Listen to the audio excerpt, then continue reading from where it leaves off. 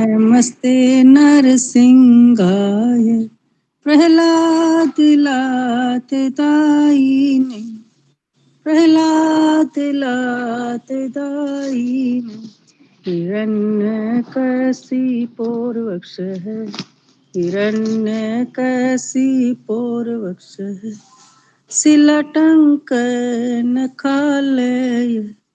शिलाटङ्कनखालय इतो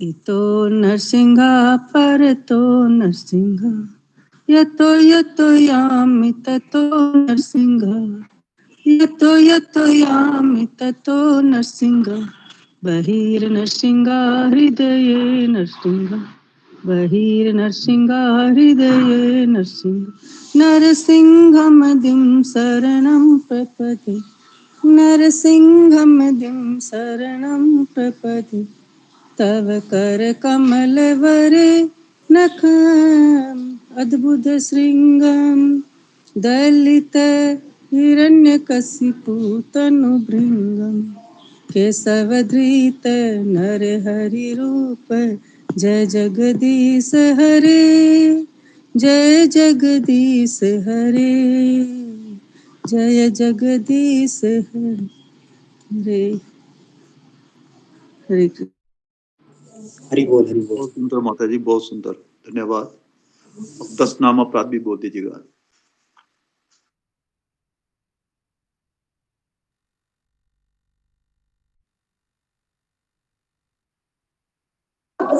माता जी आप म्यूट है। भगवान नाम में होने वाले 10 नाम अपराध। पहला है उन भक्तों की निंदा करना जिन्होंने प्रचार के लिए अपना जीवन समर्पित कर दिया है। दूसरा है भगवान शिव या भगवान ब्रह्मा जैसे देवताओं के नामों को भगवान विष्णु के नाम के बराबर या उनसे अलग समझना। तीसरा है आध्यात्मिक गुरु की आज्ञा का उल्लंघन करना। चौथा है वैदिक शास्त्रों या शास्त्रों की निंदा करना। पांचवा हरे कृष्ण की जप की महिमा को काल्पनिक मानना। छठा भगवान के पवित्र नाम पर अर्थवाद का आरोप करना। सातवां पवित्र नाम के बल पर पाप करना। आठवां है हरे कृष्ण के जप को उन सब शुभ कर्म कांडों से एक मानना जो वेदों में फलदायी गतिविधियों के कर्म कांड के रूप में प्रस्तुत किए गए। नौवां एक श्रद्धाहीन व्यक्ति को पवित्र नाम की महिमा के बारे में बताना। 10वां पवित्र नाम के जप में पूर्ण विश्वास न रखना और इसकी इतनी अगाध महिमा सुनने पर भी विषय और भौतिक आसक्ति को बनाए रखना। जप करते समय असावधानी बरतना भी एक अपराध है। वैष्णव होने का दावा करने वाले प्रत्येक भक्त को वांछित सफलता में शीघ्र प्राप्त करने के लिए इन 10 नाम अपराधों से बचना चाहिए। हरे कृष्ण। सभी को दंडवत प्रणाम। कोई गलती की तो क्षमा करना। हरि बोल। धन्यवाद। दंड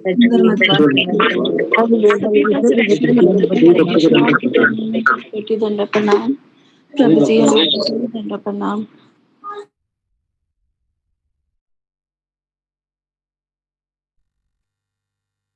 धन्यवाद प्रणाम। सभी भक्तों के चरणों में धन्यवाद प्रणाम। हरे कृष्ण।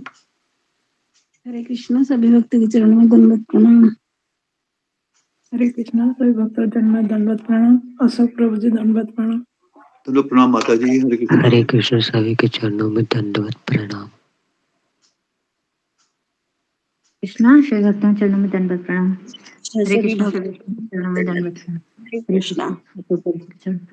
हरे कृष्ण।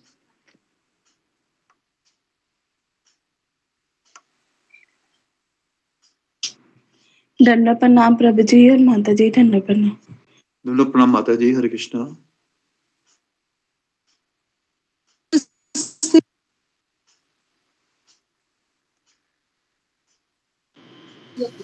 हरे कृष्ण गुरु जी, दंडवत प्रणाम। सब भक्तों को दंडवत प्रभु जी, सभी भक्तों के चरणों में दंडवत प्रणाम। धन्यवाद प्रणाम माता जी। हरे कृष्ण। हरे कृष्ण।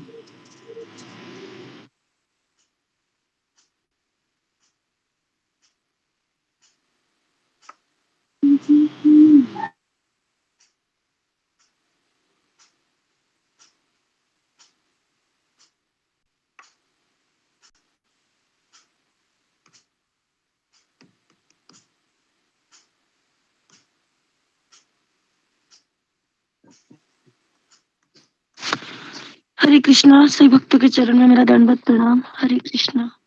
हरे दोनों कृष्णा प्रणाम मंजू माता जी दंडवत प्रणाम। हरे कृष्णा सभी को दंडवत प्रणाम। हरे कृष्णा दोनों प्रणाम माता जी, दंडवत हरे प्रणाम माता कृष्णा जी, दंडवत दंडवत प्रणाम सभी भक्तों को। हरे कृष्णा। हरे कृष्णा माता जी, हरे कृष्णा। दंडवत प्रणाम। हरे कृष्णा चला प्रभु जी दंडवत प्रणाम। सारे भक्तों के चरणों में कोटि दंडवत प्रणाम। हरे कृष्णा। हरे कृष्णा सभी भक्तों को दंडवत प्रणाम।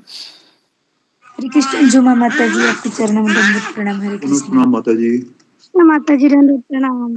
अंजलि माता जी, अंजू माता जी सभी को दंडवत प्रणाम। हरे कृष्णा सभी भक्तों को दंडवत प्रणाम। हरे कृष्णा अंजुमा माता जी दंडवत प्रणाम। हरे कृष्णा सब प्रभु जी दंडवत प्रणाम। कृष्णा हरे कृष्णा चला प्रभु जी आपके चरणों में कोटि कोटि दंडवत प्रणाम। हरे कृष्णा। दोनों प्रणाम माता जी, हरे कृष्णा।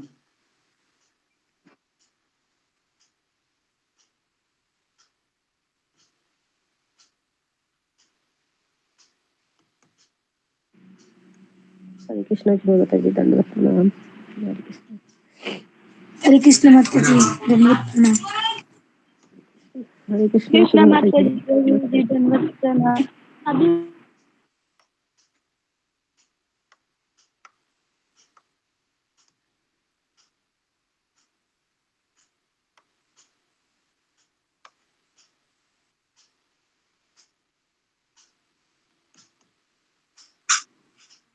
हरे कृष्णा प्रभु जी।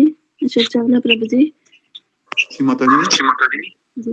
प्रभु जी हरे कृष्ण माता जी दंडवत प्रणाम। हरे कृष्ण। गुरु जी नहीं आते तो आप म्यूट हो गए प्रभु जी। प्रभु जी आप म्यूट हो गए। आप बोलिए ना। जी प्रभु जी मैं कह रही थी आप किसी भक्त से कहिए वो कीर्तन करे थोड़ा सा जब तक गुरु जी नहीं आते। माता जी आप ही कीजिए। अरे ये पूजा माता जी है। पूजा जी प्रतिभा माता जी दोनों में से। जी पूजा माता जी प्रतिभा माता जी आप में से कोई करिए।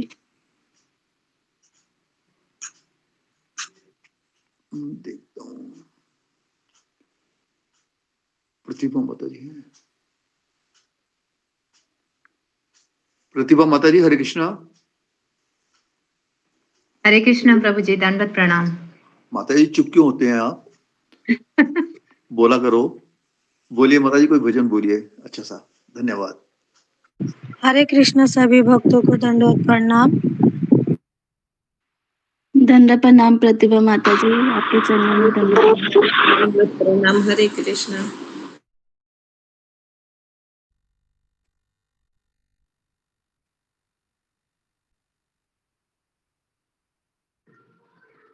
माता जी म्यूट हो गए आप प्रतिभा माता जी। हरे कृष्णा।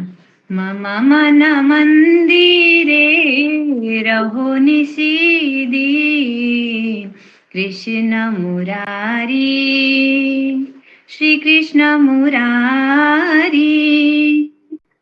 मम मन मंदिरे रहो निषिदी कृष्ण मुरारी श्री कृष्ण मुरारी। भक्ति प्रीति माला चंदन भक्ति प्रीति माला चंदन तुमी नियो हे नियो चितनंदन तुमी नियो हे नियो चितनंदन।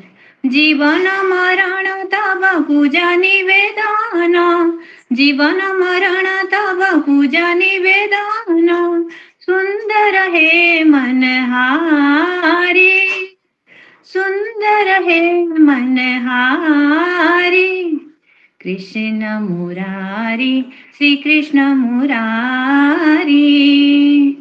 मम मन मंदिरे रहो निषिदी कृष्ण मुरारी श्री कृष्ण मुरारी। ऐसो नंद कुमार ऐसो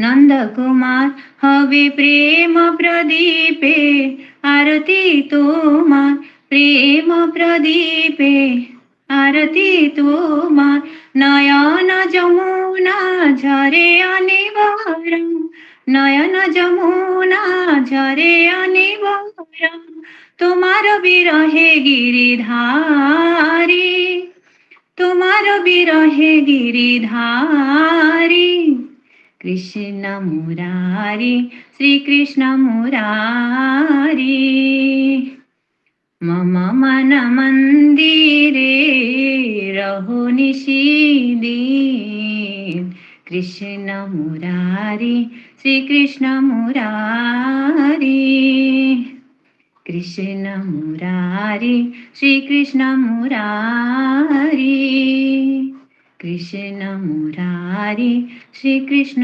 मुरारी हरे कृष्ण हरि बोल माता जी, हरि बोल माता जी हरि बोल दंडवत प्रणाम बहुत सुंदर, हरि बोल हरि बोल माता जी, हरि बोल बहुत सुंदर बोला माता जी। हरि बोल माता हरे जी। कृष्णा माता जी, हरि बोल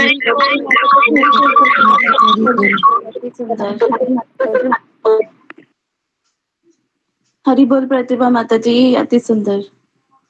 हरे कृष्ण। सब गुरु जी और कृष्ण की कृपा है और आप सभी भक्तों का प्यार है। हरि धन्यवाद। बोल हरि माता जी, कितना सुंदर गाया आपने, हरि बोल। बहुत सुंदर गाया, बहुत सुंदर गाया। बहुत ही सुंदर माता जी, बहुत सुंदर। हरि बोल।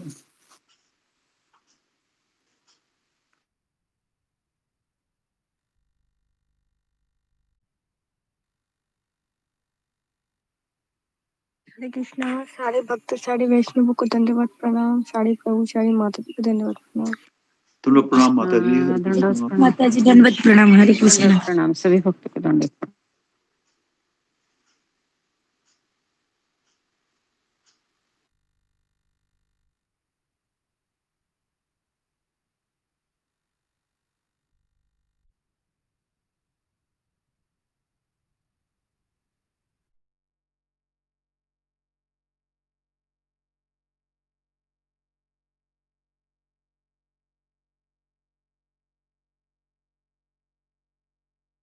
हरे कृष्णा अशोक प्रभु जी। हरे कृष्णा अशोक प्रभु जी। जी माता जी, आदेश करें। अरे नहीं, आदेश नहीं, बस आपसे एक रिक्वेस्ट थी। ये बताइए कि जो ये आपने गुरु जी ने प्रसाद भेजा है, उसकी जो वो ट्रैकिंग वाली जो स्लिप है वो मेरे पास नहीं आई है अभी तक। प्रसाद तो अभी नहीं आया मेरे पास भी। प्रसाद भी नहीं आया अभी तक। जी नहीं, स्लिप भी नहीं आया ट्रैकिंग वाला। स्लिप भी नहीं आया।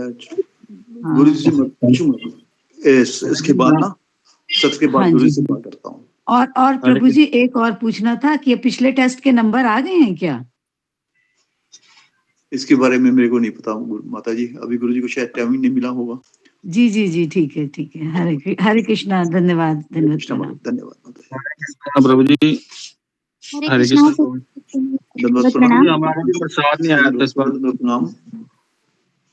हरे कृष्ण प्रभु जी, इस बार प्रसाद हमारा भी नहीं पहुंचा। आपका भी नहीं पहुंचा? हाँ जी, जगन्नाथपुर जी। जी जी, थोड़ा ध्यान रखिएगा। करूंगा बात गुरु जी से। अच्छा, हमारा भी नहीं पहुंचा जी, हमारा भी नहीं पहुंचा जगन्नाथ जी का महाप्रसाद। जी जी प्रभु जी, मैं लिख हमारा लेता भी हूँ। नहीं आप प्रभु जी लिख लीजिए नाम ना, जिनके जिनके नहीं पहुंचे हैं, तो आपको बताने में आसानी होगी। हरे कृष्णा।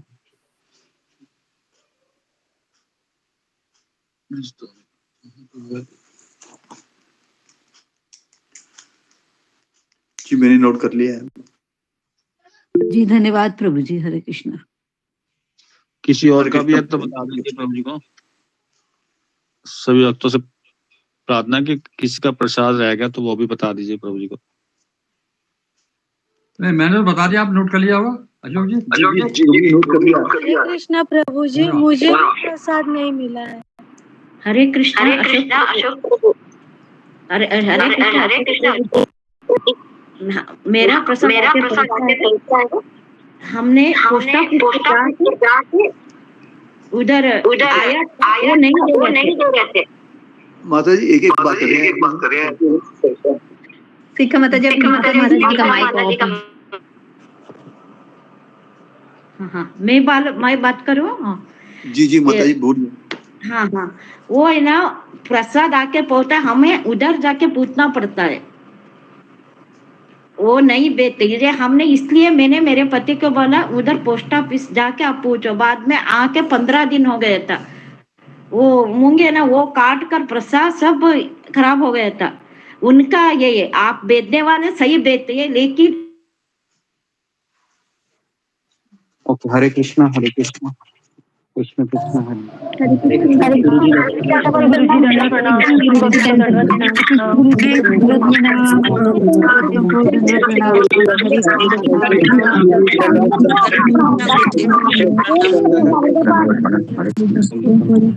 कोई भी कितना जोर लाओ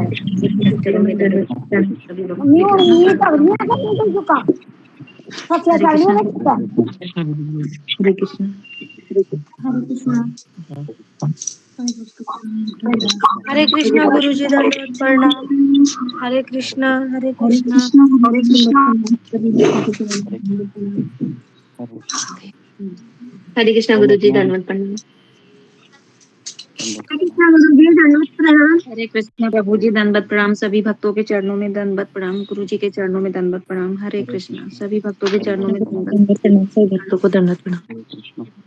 सभी भक्तों के चरणों में हरे कृष्ण। ओके।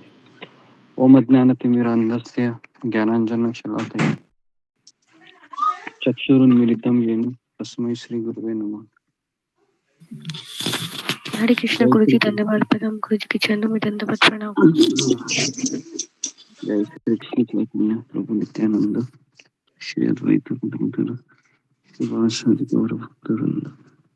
हरे कृष्ण कृष्ण कृष्ण हरे हरे, हरे राम राम राम हरे हरे। जी हरे कृष्ण। ओके, तो हम शुरू करते हैं। जी आज किसका टर्न था? हो गया? किसका टर्न था? अशोक चावला प्रभु जी। हरे कृष्ण गुरु जी, दंडवत प्रणाम गुरु जी। एक सुमानी माता जी का फोन गुरु जी।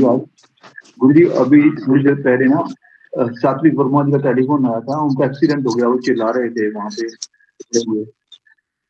तो जी जी जी उनके पैर में बहुत ज्यादा चोट आई है। जी जी जी जी जी जी। तो हम उनके लिए प्रार्थना कीजिए, है ना, मैसेज डाल दीजिए। सात्विक वर्मा पुराना आदमी है हमारे। मैसेज डाल दिया गुरु जी। गुरु जी, दंडवत प्रणाम। सभी भक्तों को दंडवत प्रणाम। उसको मैं देखा था, वो बहुत ही ये है, मतलब क्या बोलते हैं उसको, चंचल है वो, हाइपर एक्टिव भी है वो। दिल्ली में गया था तो मैं उससे मिला भी था। तो बच्चा है ना, तो इसके लिए फिर वो ऐसा ही रहता है, कॉलेज के टाइम में ऐसे ही होता है। तो ठीक है, हम प्रार्थना करेंगे उसके लिए कि जल्दी से जल्दी स्वस्थ हो। ठीक है जी, तो हम शुरू करते हैं जी। आपकी आज्ञा है अशोक चावला प्रभु, हम शुरू करते हैं। गुरु जी सेवक की आज्ञा कैसी जी? नहीं, आपको ही तो, मुझे भी तो आज्ञा देना चाहिए ना। आप मुझे आज्ञा देते रहोगे, मैं करता रहता हूँ। प्रार्थना कर सकते हैं जी, हम प्रार्थना कर सकते हैं जी।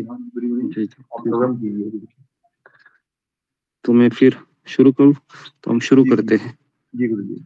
तो कहाँ पर हम आए थे वहां से हम शुरू करें।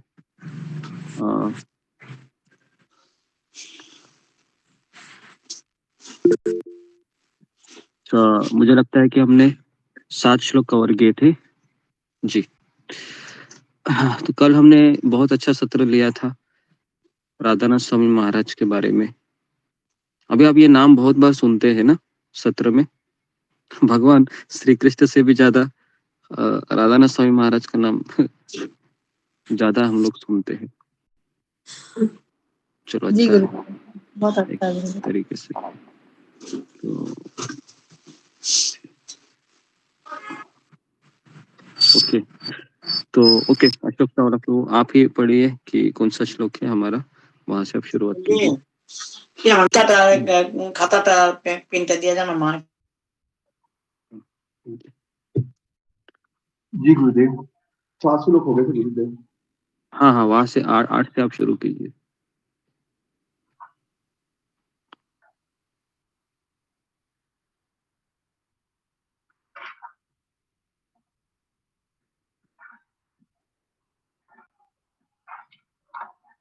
हरे कृष्णा। गुरुदेव, मुझे ऐसा कोई साधन नहीं दिखता जो मेरी इंद्रियों को सुखाने वाले इस शोक को दूर कर सके। स्वर्ग पर देवताओं के आधिपत्य की इस तरह से धन धान्य संपन्न सारी पृथ्वी पर निष्कंटक राज्य प्राप्त करके भी मैं इस शोक को दूर नहीं कर सकता। तात्पर्य है गुरु जी, यद्यपि अर्जुन धर्म तथा सदाचार के नियमों पर आधारित अनेक तर्क प्रस्तुत करता है, किंतु ऐसा प्रतीत होता है कि वह अपने गुरु भगवान श्री कृष्ण की सहायता के बिना अपनी असली समस्या को हल नहीं कर पा रहा है। वह समझ गया था कि उसका तथाकथित ज्ञान उसकी उन समस्याओं को दूर करने में व्यर्थ है जो उसके सारे अस्तित्व को सुखाए दे रही थी। उसे इन उलझनों को भगवान कृष्ण जैसे आध्यात्मिक गुरु की सहायता से के बिना हल कर पाना असंभव लग रहा था। शैक्षिक ज्ञान, विद्वत्ता, उच्च पद, ये सब जीवन की समस्याओं को हल करने में व्यर्थ हैं। यदि कोई इसमें सहायता कर सकता है तो वह एकमात्र गुरु। अतः निष्कर्ष यह निकलता है कि गुरु जो 100% कृष्ण भावना भावित होता है वही एकमात्र प्रमाणिक गुरु है और वही जीवन की समस्याओं को हल कर सकता है। भगवान चैतन्य ने कहा है कि जो कृष्ण भावनामृत है के विज्ञान में दक्ष हो, कृष्ण तत्ववेता हो, चाहे वह जिस किसी जाति का हो, वही वास्तविक गुरु है। किबा प्रिया किबा न्यासी शूद्रे केने नाये गृहे कृष्ण तत्ववेता से गुरु होय। कोई व्यक्ति चाहे वह विप्र वैदिक ज्ञान में दक्ष हो, निम्न जाति में जन्मा शूद्र हो या कि सन्यासी हो, यदि वह कृष्ण के विज्ञान में दक्ष कृष्ण तत्ववेता नहीं है, दक्ष है, तो वह यथार्थ प्रमाणिक गुरु है। अतः कृष्ण तत्ववेता हुए बिना कोई भी प्रमाणिक गुरु नहीं हो सकता। वैदिक साहित्य में भी कहा गया है, विद्वान ब्राह्मण भले ही वह संपूर्ण वैदिक ज्ञान में पारंगत क्यों न हो, यदि वह वैभव वैष्णव नहीं है या कृष्ण भावनामृत नहीं में दक्ष नहीं है तो गुरु बनने का पात्र नहीं है। किंतु शूद्र यदि वह वैष्णव या कृष्ण भक्त है तो गुरु बन सकता है। ये पद्म पुराण में कहा गया है। संसार की समस्याओं जन्म, जरा, व्याधि तथा मृत्यु की निवृत्ति धन संचय तथा आर्थिक विकास से संभव नहीं है। विश्व के विभिन्न भागों में ऐसे राज्य हैं जो जीवन की सारी सुविधाओं से तथा संपत्ति एवं आर्थिक विकास से पूरित हैं, किंतु फिर भी उनके सांसारिक जीवन की समस्याएं ज्यों की त्यों बनी हुई हैं।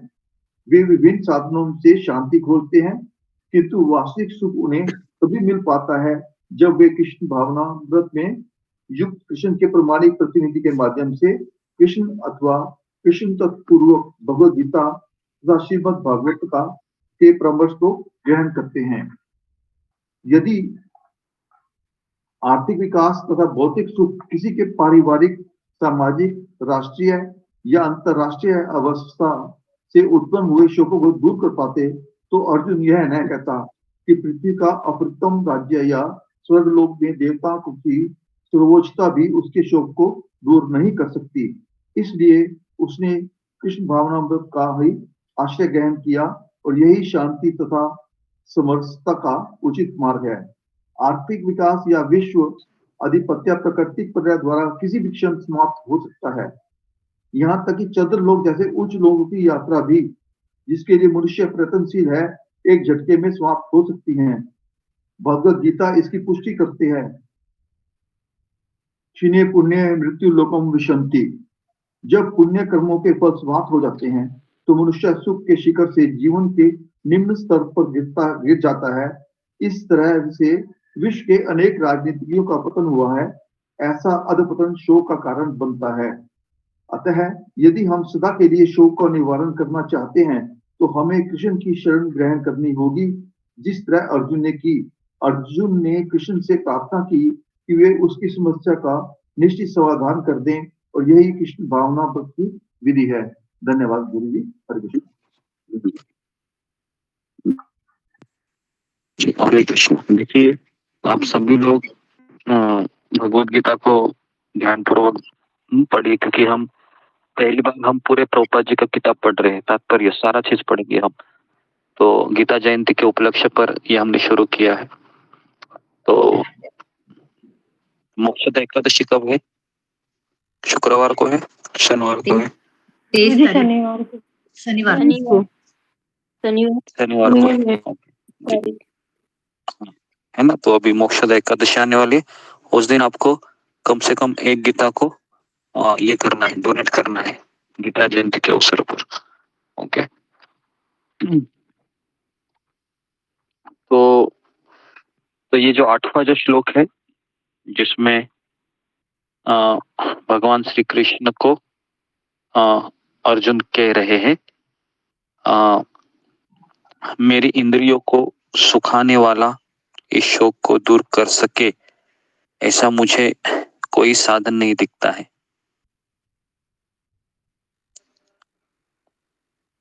अगर आप मुझे स्वर्ग का राजा भी बनाओगे तो भी मुझे मेरा शोक दूर नहीं हो सकता। तो ये बहुत बड़ी बात अर्जुन कह रहा है।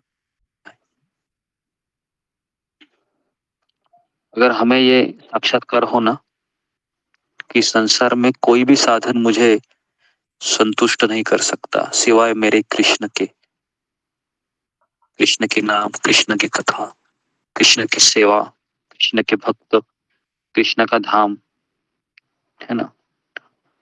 तो यही मेरे इंद्रियों को सुखा सकते हैं। और जितना हम निस्वार्थ बनेंगे हमारी भक्ति में, उतना हमको ज्यादा आनंद आएगा। और जितना हम स्वार्थी बनेंगे हमारी भक्ति में, उतना हमें दुख मिलेगा।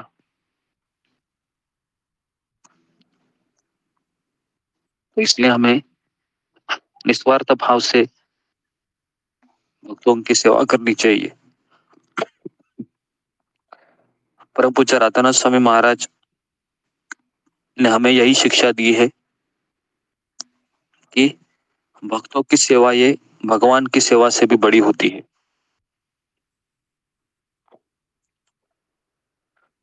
और इसी मुद्दे के ऊपर राधा गोपीनाथ जैसी भक्त समुदाय महाराज ने खड़ा किया।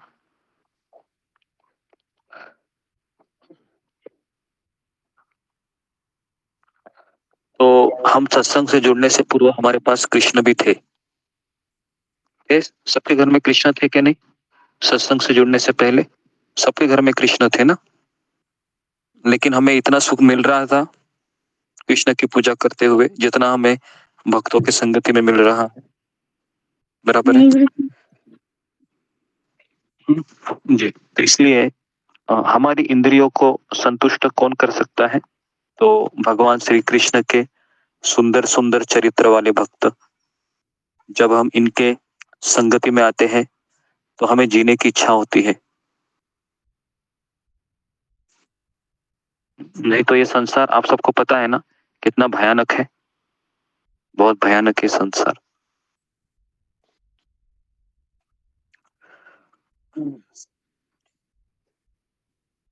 इसलिए हम पुनः पुनः श्रील प्रभुपाद जी के आभारी है कि उन्होंने हमें इतने सुंदर सत्संग को दे दिया।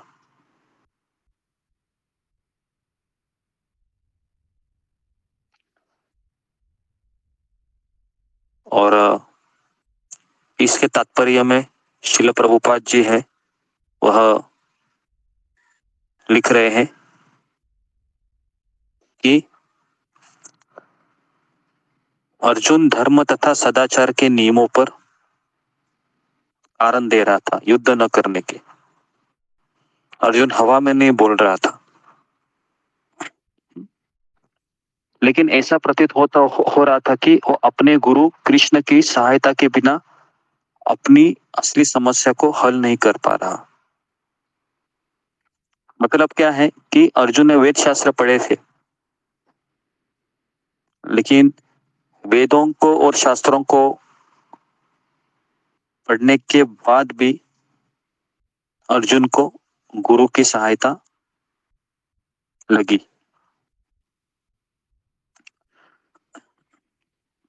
समझ गया कि वह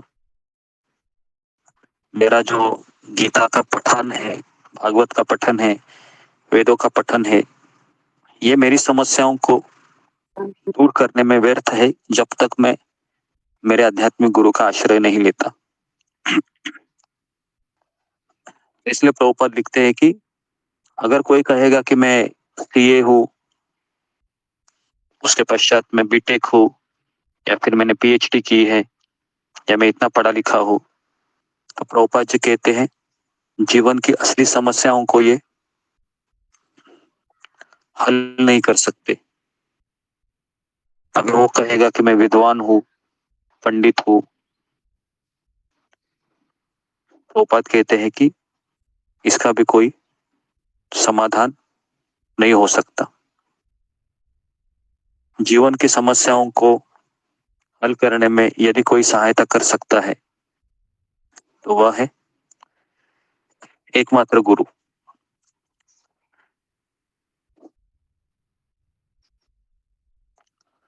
प्रभुपाद जी यहाँ पर कोई दूसरी चीज नहीं बता रहे। जब भगवान श्री कृष्ण इस संसार में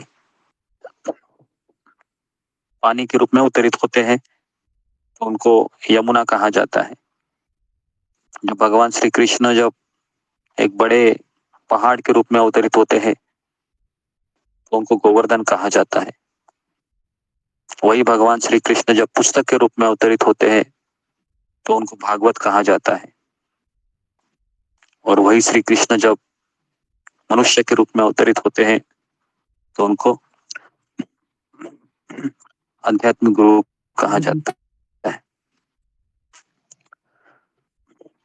इसलिए श्रील प्रभुपाद जी यहाँ पर गुरु का संकेत कर रहे हैं। प्रभुपाद बताते हैं कि लेकिन गुरु किसे कहे ये भी तो जानना जरूरी है। आज मार्केट में कई सारे गुरु घूम रहे हैं, है ना। अगर शिष्य लोग कहेंगे गुरु को कि गुरु जी आप ही भगवान हो, तो गुरु जी भी कहेगा अच्छा मैं भगवान हूँ, तुमको क्या लगता है? हाँ हाँ हाँ आप भगवान ही है, आप ही भगवान के अवतार है, आपको पता नहीं है। ऐसे बोलते पता है जो शिष्य होते हैं ना, तो ऐसे शिष्य और गुरु कहा जाते हैं, दोनों भी नरक में चले जाते, है ना। तो प्रामाणिक गुरु क्या है? तो यहाँ पर लिखा हुआ है जो 100% कृष्ण भावना भावित होता है। कृष्ण भावना भावित का अर्थ क्या है कि मैं कृष्ण का सेवक था, मैं कृष्ण का सेवक हूं, मैं कृष्ण का सेवक रहूंगा। इतना ही नहीं, मैं कृष्ण के सेवकों का सेवकों का सेवकों का सेवक बनना चाहता हूं। इसको कहते हैं 100% कृष्ण भावना। ओके। अगर शिष्य गुरु के पास भी आता है तो गुरु सोचता है कि मैं इस शिष्य का भी सेवक हूं, इसको मार्गदर्शन करना ये मेरी सेवा है। इस तरीके से वह गुरु शिष्य की भी सेवा में लग जाता है। भक्ति सिद्धांत सरस्वती ठाकुर के पास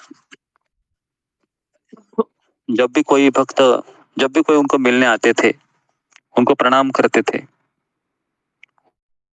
वहां जो क्या बोलते थे पता है आपको? कौन बोलेगा? फिंगर को रेज कीजिए। क्या बोलते थे वो? भक्ति सिद्धांत सरस्वती ठाकुर जब भी उनको कोई प्रणाम करते थे, तीन अक्षरी शब्द है वो, नहीं पता है? लिखिए। वो कहते हैं दासोस्मी। क्या कहते थे? दासोस्मी मतलब मैं आपका दास हूं। देखिए हमारे आचार्य कहते हैं दासोस्मी, जो भगवान के शुद्ध भक्त है।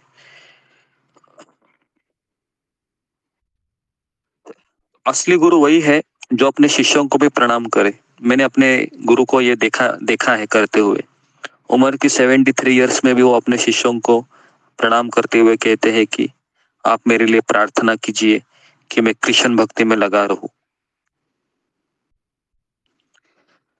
इसको गुरु कहते। तो फिर कहते हैं दूसरा क्वालिफिकेशन गुरु का, कीब विप्र की बने से शूद्र के निर्णय, यही कृष्ण तत्ववेत्ता से ही गुरु है। तो गुरु ये निम्न जाति का भी हो सकता है, गुरु ये चंडाल परिवार के में भी जन्म हो सकता है, लेकिन गुरु का सबसे बड़ा क्वालिफिकेशन है कि वह कृष्ण के विज्ञान में दक्ष होना चाहिए, उसको हर चीज पता होनी चाहिए कृष्ण के संदर्भ में।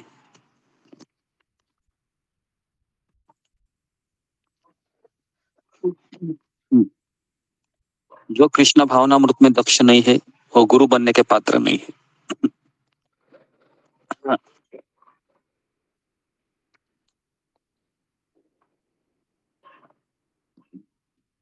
जी, तो प्रभुपाद लिखते हैं कि संसार की समस्या 4 है।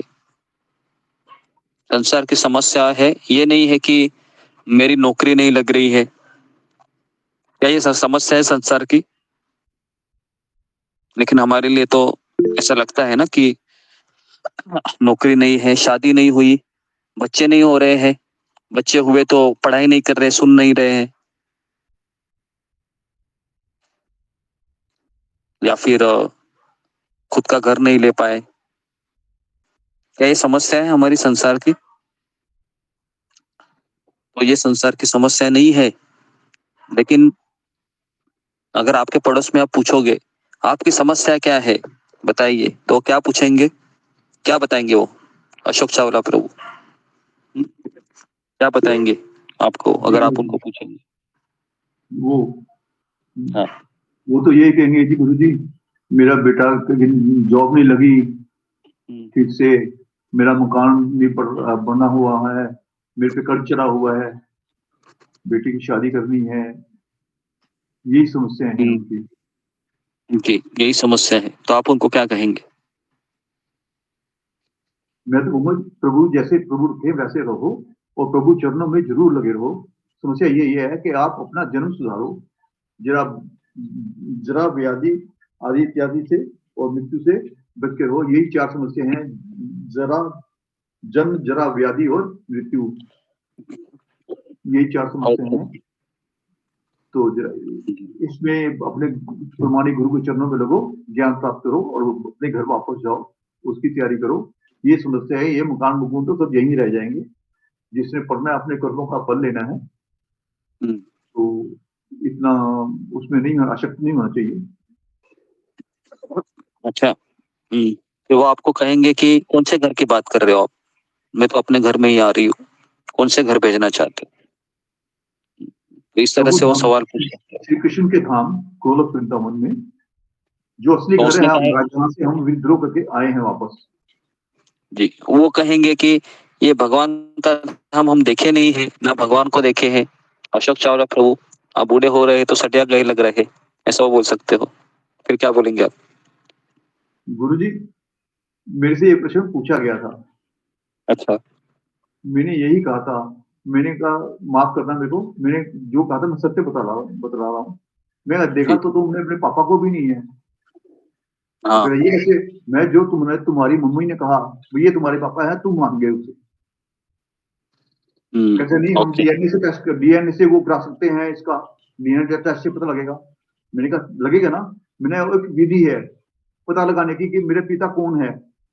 ऐसे ही श्री कृष्ण को मिलने के लिए, श्री कृष्ण को पता लगाने के लिए एक विधि है, तो हमारे असली पिता कौन है।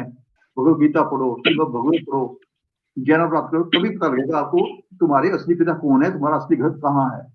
ये बात शुरू हुई। अच्छा है, आपके शब्द में कॉन्फिडेंस लग रहा है। वेरी गुड, कॉन्फिडेंस होना चाहिए हाँ बोलने में, नहीं तो आप तत्त नहीं करना है।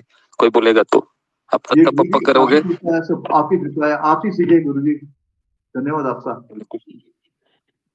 ओके जी, तो हमारे ग्रुप में हर एक व्यक्ति है, उसको प्रचार करना आना चाहिए। सामने वाला व्यक्ति कुछ सवाल पूछेगा तो उसको जवाब देना आना चाहिए, है ना जी। तो संसार की समस्या है कि कि मैं बार बार जन्म क्यों ले रहा हूँ, क्यों मैं माँ के पेट में जा रहा हूँ, क्यों मुझे माँ के पेट में 9 महीने जाना पड़ता है और वहां के माँ के पेट में जो कीड़े हैं वह मेरे शरीर को काटते रहते हैं, मैं बेहोश होता हूँ। ऐसी अवस्था में मैं माँ के पेट में 9 महीने एक छोटी सी जगह में रहता हूँ, क्यों मुझे इतना सताया जा रहा है। ये पहला सवाल, ये पहली समस्या हमारी। लेकिन फिर भी हम क्या करते हैं, जन्मदिन पर केक लाते हैं, हैप्पी बर्थडे मनाते हैं, हैप्पी बर्थडे टू यू, बड़े बड़े गिफ्ट लाते हैं और बच्चा सोचता है कि मेरा 2 बार अगर बर्थडे आएगा तो कितना अच्छा होगा, बराबर है। छोटा बच्चा सोचता है ऐसे कि मेरा साल में एक ही बार क्यों बर्थडे हो रहा है, 2 बार होना चाहिए माँ। इसको कहते हैं अज्ञान, है ना। तो हम हमारे बच्चों को प्रशिक्षित करना चाहिए, बेटा जन्मदिन ये मजेदार नहीं होता है, हमें उस दिन बहुत माला करनी चाहिए बेटा, किशन को बहुत हमको प्रार्थनाएं करनी चाहिए कि मैं वापस जन्म ना लूं इस संसार में। ये माँ ने सिखाना चाहिए, है ना। तो यहाँ पर बहुत सारी माँ है, तो आप अपने बच्चों को ये सब सिखाइए। ऐसा नहीं कि चलो बेटा बर्थडे हो रहा है, क्या चाहिए तुम्हें इस बार, कौन सा कलर का मैं केक लाऊं, कौन सा फ्लेवर का लाऊं, वेनिला, चॉकलेट, स्ट्रॉबेरी, ऐसा नहीं बोलना चाहिए, है ना। उसको प्रशिक्षित करना चाहिए। ओके। दूसरी समस्या है जरा। जरा मतलब क्या,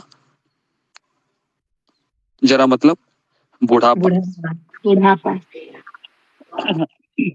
है ना। ये बुढ़ापा ये बहुत बड़ी समस्या है ना। जब व्यक्ति बूढ़ा हो जाता है ना तो उसकी तरफ कोई देखता नहीं है, कोई नहीं देखता है। सारे घर के जवान लोग सोचते हैं एक बुढ़ा एक कब मरेगा, कब ये एक सीट खाली करेगा, बहुत इसके लिए मुझे बहुत डॉक्टर के पास जाना पड़ता है, पैर दबाना पड़ता है ना।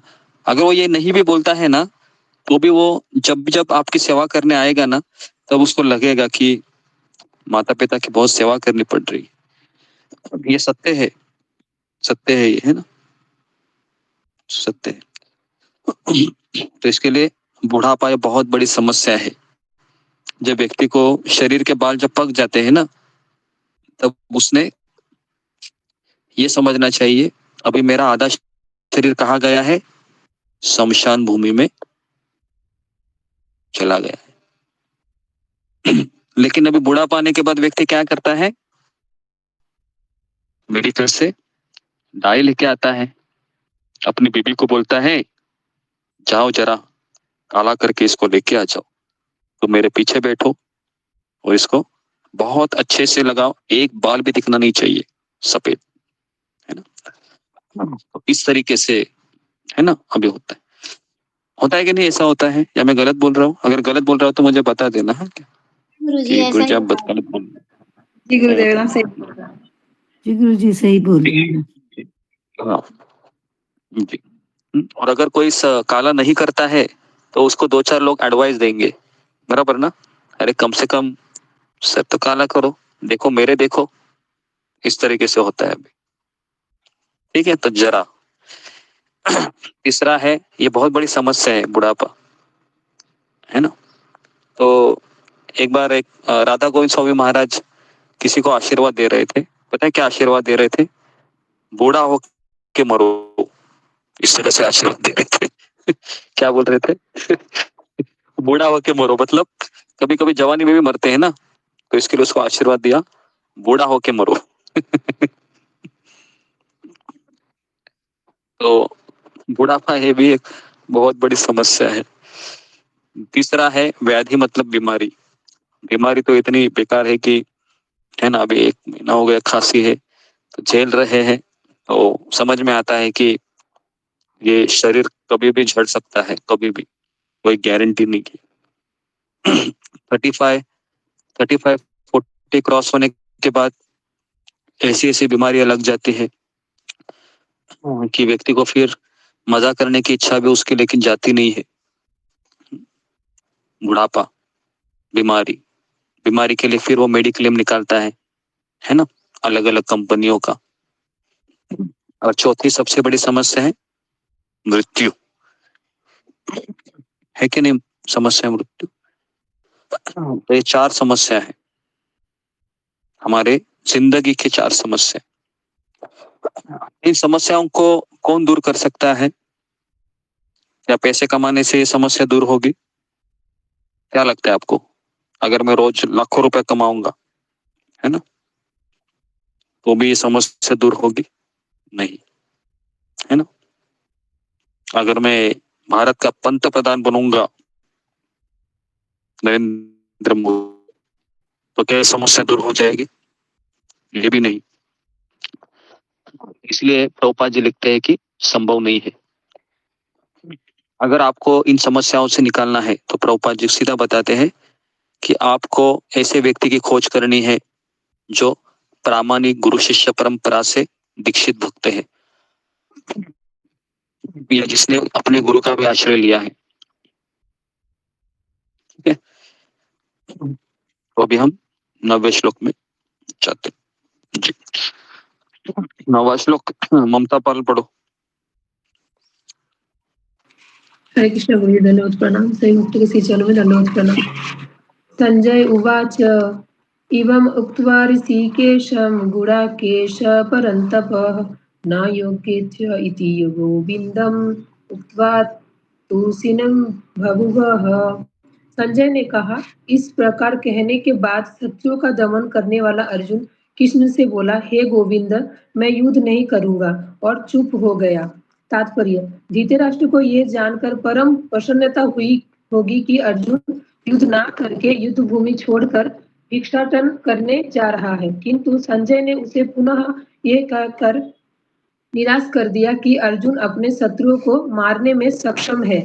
यद्यपि कुछ समय के लिए अर्जुन अपने पारिवारिक स्नेह के प्रति मिथ्या शोक से अभिभूत था, किंतु उसने शिष्य रूप में अपने गुरु श्री कृष्ण की स्मरण ग्रहण कर ली। इससे सूचित होता है कि शीघ्र ही वो इस शोक से निवृत्त हो जाएगा और आत्म साक्षात्कार या कृष्ण भावनामृत के पूर्ण ज्ञान से प्रकाशित होकर पुनः युद्ध करेगा। इस तरह धृतराष्ट्र का हर्ष भंग हो जाएगा। हरे कृष्ण गुरु धन्यवाद प्रणाम। ओके जी। तो यहाँ पर अभी आप देख सकते हो कि संजय बता रहा है किसको। अभी संजय किसको बता रहा है? ये सब भगवत गीता किसको सुना रहा है? धृतराष्ट्र को सुना रहा है। ओके, तो संजय कह रहा है अभी कि देखिए धृतराष्ट्र जी, पता है अभी क्या हुआ कि अर्जुन ने कृष्ण को गुरु के रूप में स्वीकार किया, और अगले श्लोक में कहता है कि हे गोविंद, मैं युद्ध नहीं करूंगा। ठीक है, तो अभी देखिए भगवान का रिएक्शन क्या होता है, ध्यान पूर्वक देखिए। जब हम आध्यात्मिक गुरु का आश्रय लेते हैं तो क्या होता है, देखिए अभी जो कैमरा है वह कुरुक्षेत्र के युद्ध भूमि पे खड़ा है, और मेन कैमरा है वह भगवान श्री कृष्ण के ऊपर संजय ने डाल दिया है। तो अभी हम 10वां श्लोक पढ़ेंगे जी। 10वां श्लोक है जी, इसके पास ओके, प्रतिभा पढ़ो। हरे कृष्ण गुरु धन्यवाद प्रणाम। भक्तों को धन्यवाद प्रणाम। तमोवाच हृषिकेशः प्रहसन्निव भारत सेनयोरुभयोर्मध्ये विसीदन्तम् इदं वच। हे भरतवंशी, उस समय दोनों सेनाओं के मध्य शोकमग्न अर्जुन से कृष्ण ने मानो हंसते हुए ये शब्द कहे। तात्पर्य, दो घनिष्ठ मित्रों अर्थात ऋषिकेश तथा गुडाकेश के मध्य वार्ता चल रही थी। मित्र के रूप में दोनों का पद समान था, किंतु इनमें से एक स्वेच्छा से दूसरे का शिष्य बन गया। कृष्ण हंस रहे थे क्योंकि उनका मित्र अब उनका शिष्य बन गया था। सबों के स्वामी होने के कारण वे सदैव श्रेष्ठ पद पर रहते हैं, तो भी भगवान अपने भक्त के लिए सखा, पुत्र या प्रेमी बनना स्वीकार करते हैं। किंतु जब उन्हें गुरु रूप में अंगीकार कर लिया गया तो उन्होंने तुरंत गुरु की भूमिका निभाने के लिए शिष्य से गुरु की भांति गंभीरता पूर्वक बातें की, जैसा कि अपेक्षित है। ऐसा प्रतीत होता है कि गुरु तथा शिष्य की यह वार्ता दोनों सेनाओं के उपस्थिति में हुई जिससे सारे लोग लाभान्वित हुए। अतः भागवत गीता का संवाद किसी एक व्यक्ति, समाज या जाति के लिए नहीं अपितु सबों के लिए है और उसे सुनने के लिए शत्रु या मित्र समान रूप से अधिकारी हैं। हरे कृष्ण। ओके, देखिए अभी इस 10वें श्लोक में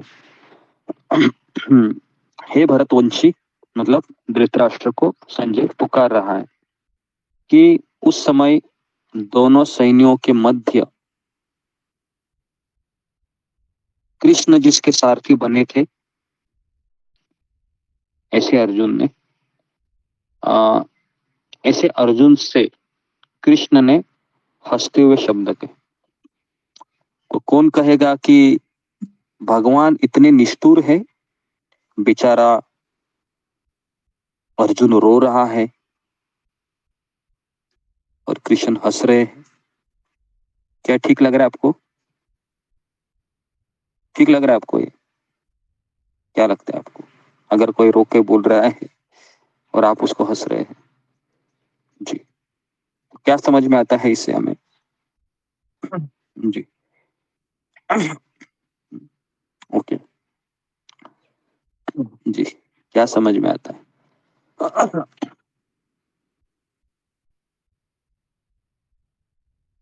बताइए अनिल शर्मा। भगवान कृष्ण क्यों? दंडवत प्रणाम। वो उसकी जो अज्ञानता है उसके ऊपर वो हंस रहे हैं। अज्ञानता के ऊपर हम कैसे हंस सकते हैं किसी के? उसे ज्ञान नहीं है ना, उसे ज्ञान नहीं है, जब भी वो इस तरह की बातें कर रहा है तो उसकी अज्ञानता के ऊपर। ओके जी, नेक्स्ट जी, आरती सिन्हा बोलो, क्यों हंस रहे?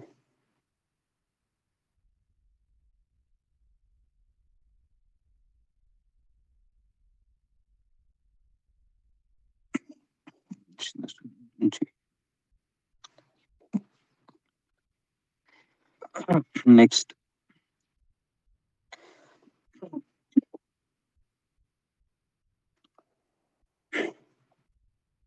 जी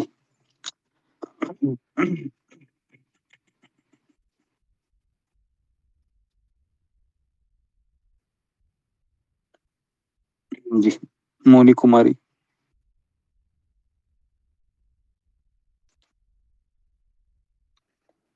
हरे कृष्ण गुरु जी, यहाँ पे भगवान हंस रहे हैं। जोर से बोलो, सुनाई नहीं दे रहा जी, यहाँ पे भगवान हंस रहे हैं। उनका हंसना ये तो नहीं कह सकते कि वो निष्ठुर हैं, और ये हम बस यही समझते हैं अपनी तरफ से कि वो मालिक हैं, वो हंसे या उनकी इच्छा। है। ओके जी, इसका उत्तर मैंने दिया था काफी बार, थोड़ा सा। जी, रूबी कुमारी बोलो। हरे कृष्णा गुरु जी, धन्यवाद प्रणाम। गुरु जी, वहाँ कृष्ण इसलिए हंस रहे थे कि जो उनका मित्र था अब उनका शिष्य बनने जा रहा था, इसलिए उनको हंसी आ रही थी। गुरु जी धन्यवाद प्रणाम। तो ये इसका उत्तर है। ओके अनिल शर्मा जी, इसको नोट कीजिए, क्यों हंस रहे थे। हरे कृष्ण ओके प्रभु। हाँ, क्यों हंस रहे थे? तो मित्र है वह भी शिष्य बनने जा रहा था। समझ में आ रहा है? तो हंसी आएगी कि नहीं? जिससे हम एक साथ लंगोटी यार की तरह गली में घुमा करते हैं, अभी वह शिष्य बनने जा रहा है। तो भगवान कृष्ण को हंसी आई कि अभी ये शिष्य बन गया। अभी शिष्य बनने के बाद भगवान अभी देखो क्या करते हैं, पहला ही बॉम्ब डाल देते हैं शिष्य के ऊपर। देखिए अभी कौन सा बम डालेंगे। जी, पूजा डिमरी 11वां पढ़ो।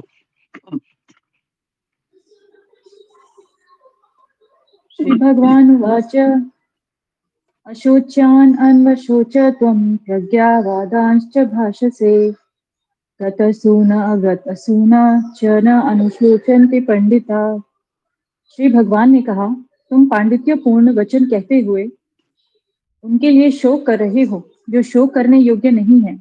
जो विद्वान होते हैं वे न तो जीवित के लिए न ही मृत के लिए शोक करते हैं। तात्पर्य, भगवान ने तत्काल गुरु का पद संभाला और अपने शिष्य को अप्रत्यक्षतः मूर्ख कहकर डांटा। उन्होंने कहा, तुम विद्वान की तरह बातें करते हो किंतु तुम यह नहीं जानते कि जो विद्वान होता है अर्थात जो यह जानता है कि शरीर तथा आत्मा क्या है, वह किसी भी अवस्था में शरीर के लिए चाहे वह जीवित हो या मृत हो शोक नहीं करता। अगले अध्यायों से यह स्पष्ट हो जाएगा कि ज्ञान का अर्थ पदार्थ तथा आत्मा एवं इन दोनों के नियामक को जानना है। अर्जुन का तर्क था कि राजनीति या समाज नीति की अपेक्षा धर्म को अधिक महत्व मिलना चाहिए, किंतु उसे यह ज्ञात न था कि पदार्थ, आत्मा तथा परमेश्वर का ज्ञान धार्मिक सूत्रों से भी अधिक महत्वपूर्ण है। और चूंकि उसमें इस ज्ञान का अभाव था, अतः उसे विद्वान नहीं बनना चाहिए था। और चूंकि वह अत्यधिक विद्वान नहीं था, इसलिए वह शोक के सर्वथा अयोग्य वस्तु के लिए शोक कर रहा था। यह शरीर जन्मता है और आज या कल इसका विनाश निश्चित है। अतः शरीर उतना महत्वपूर्ण नहीं है जितना कि आत्मा है। जो इस तथ्य को जानता है वही असली विद्वान है और उसके लिए शोक का कोई कारण नहीं हो सकता। हरे कृष्ण। तो देखिए, अभी भगवान का पहला, जब गुरु होने के बाद भगवान का पहला बॉम्ब अर्जुन के ऊपर पड़ता, भगवान डांट लगाते हैं। तो इसलिए जब कोई व्यक्ति गुरु को स्वीकार करता है तो गुरु से क्या बोल सकते हो, गुरु से अगर हम केवल मीठा मीठा बात के सुनने के लिए अगर आएंगे तो ये गुरु की कृपा नहीं होती।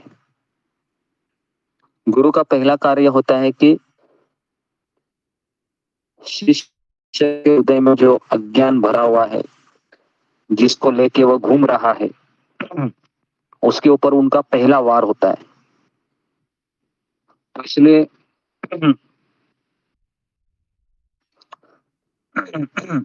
गुरु का पहला कार्य होता है कि शिष्य का अज्ञान को दूर करना। लेकिन अज्ञान को दूर करने से पूर्व उनको डांट लगाना पड़ता है जोर से। तो भगवान ने कहा, तुम पांडित्यपूर्ण वचन कहते हो। ऐसा क्यों कहा पता है? क्योंकि अभी तक कौन बोल रहा था? अर्जुन ही बोल रहा था। अर्जुन बोल रहे तो इसके लिए भगवान ने कहा, तो पंडित जैसा बात किया, बहुत किया, अभी पूरा पहला अध्याय तुमने ही सुना है, मैं कुछ नहीं बोला, है ना? और तुम शोक क्यों कर रहे हो? क्यों कर रहे हो शोक तुम? इतना बड़ा बड़ा बात किए, है ना, कि वर्ण संकर हो जाएगा, सारी स्त्री विधवा हो जाएंगी, पिंडदान का क्रिया खत्म होगा, इतना बड़ा बड़ा बात बोला तुम, लेकिन तुमको पता नहीं जो विद्वान होते वह कोई जी रहा है और कोई मर रहा है, उसके लिए भी शोक नहीं करते। तो मेरा भी सवाल है कि ऐसा भगवान क्यों बोल रहे हैं कि जो जीवित है और जो मरा हुआ है इसके लिए शोक नहीं करना चाहिए, लेकिन हम शोक क्यों करते हैं? बहुत ही, देखो गीता का एक श्लोक भी इतना जबरदस्त है ना, अगर हम उसको गहराई से देखोगे ना तो हमारा जीवन बहुत बहुत ही सुंदर हो जाएगा। जी बताइए। ओके जी, रंजना माता जी। हरे कृष्णा गुरुदेव, आपके चरणों में कटोरी दंडवत प्रणाम, सभी भक्तों के चरणों में दंडवत प्रणाम। गुरुदेव, शोक वो अज्ञानता के कारण ही करता है गुरुदेव, क्योंकि वो अपने आप का शरीर समझता है, वो आत्मा नहीं समझता है, तभी उसे मतलब वो दुख होता है कि मतलब ये चला गया, ये हमारा मतलब रिश्तेदार चले गए। क्योंकि आत्मा तो कभी ना मरती है, ना उसका कोई नाश होता है, आत्मा तो अमर है, उसको कोई भी कुछ नहीं कर सकता है, वो तो उसको ना कोई भिगा सकता है, ना उसको जला सकता है। तो हम जब तक आत्मा के स्तर पर नहीं सोचेंगे ना, तो हमें फिर वही शरीर शारीरिक स्तर पर सोचने से ही हमें वो शोक होता है, हमें दुख होता रहता है और आसक्ति। ओके ओके ओके जी, धन्यवाद। देखिए, जीवित के लिए शोक नहीं करना, इसका अर्थ क्या है? मतलब वो एक दिन मरने वाला है, बराबर है? जो जी रहा है वो एक दिन मरने वाला है या हमेशा रहने वाला है? जी गुरुदेव, तुम्हारे घर पे हाँ? एक दिन मरने वाला है। और जो मर गया है उसके लिए भी शोक नहीं करना है। क्यों? क्योंकि वो उसको अगला शरीर मिलने वाला है, तो शोक करना चाहिए? नहीं करना चाहिए या करना चाहिए? नहीं करना चाहिए, नहीं करना चाहिए। नहीं करना, पर करना पड़ रहा है। करना चाहिए, नहीं करना चाहिए शोक? नहीं करना चाहिए। नहीं करना कितने लोगों को लगता है कि नहीं करना चाहिए? फिंगर को रेस कीजिए। नहीं करना चाहिए मतलब रोना ही नहीं चाहिए, एक तरीके से बस ऐसे खड़ा रहो, कोई मर रहा है, और सबको कहो कि गीता में लिखा है, देखो शोक नहीं करना चाहिए, शोक नहीं करना चाहिए। ओके, 10 लोग हैं। कितने लोगों को लगता है कि शोक करना चाहिए?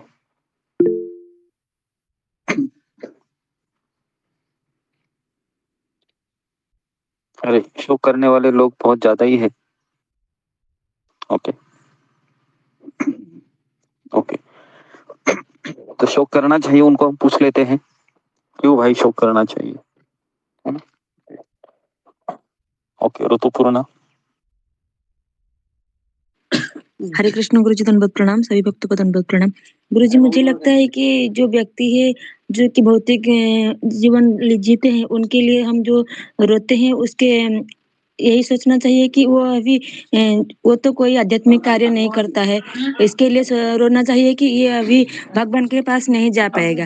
और जो आध्यात्मिक जो कि भक्त जब चले जाते हैं, इसीलिए हमको रोना चाहिए कि वो भगवान के पास चले गए, इसीलिए गुरुजी। हरे कृष्ण, दंडवत प्रणाम। और ऋतुपूर्णा के जरा ताली बजाओ जरा, बहुत सुंदर उत्तर दिया इसने, वेरी गुड। हरि बोल माता जी। हरि बोल माता जी, बहुत हरि बोल, हरि बोल माता जी, हरि बोल।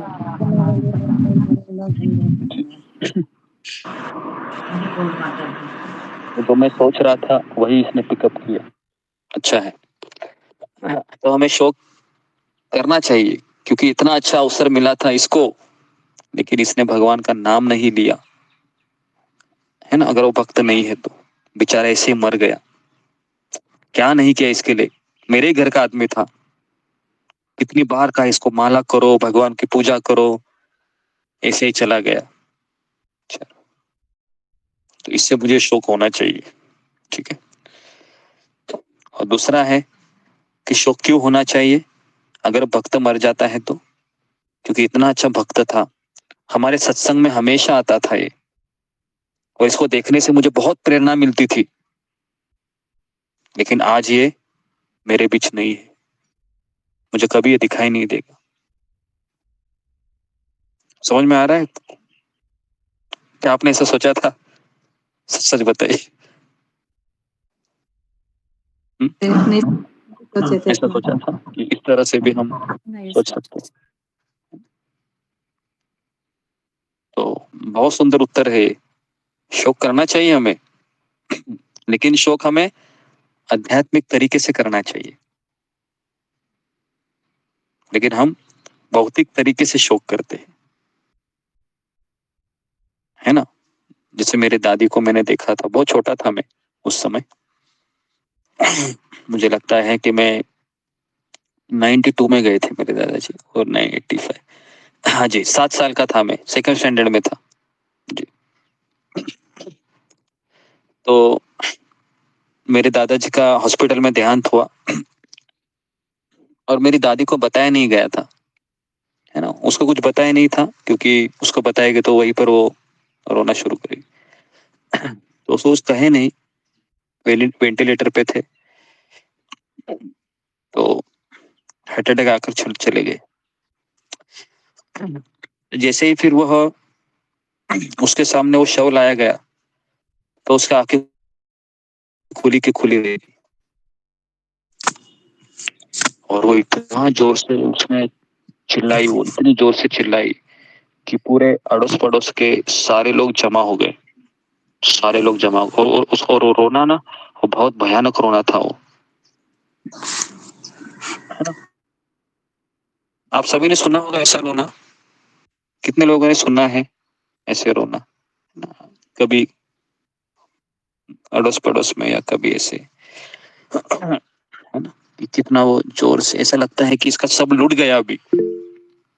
हालांकि गीता कहती है कुछ नहीं लूटा है, कुछ नहीं लूटा है, गीता कहती है, लेकिन उसको लगता है मेरा लूट गया, मैं बर्बाद हो गई, मेरा कोई नहीं है अभी, मैं किसके सहारे जीऊं। तो फिर छाती पीट पीट के वो, है ना। तो इसलिए प्रभुपाद कहते हैं कि सामान्य गुरु के पास जाना चाहिए, है ना। नहीं तो हम ऐसे रोते, भगवान संसार बनाया ऐसे है कि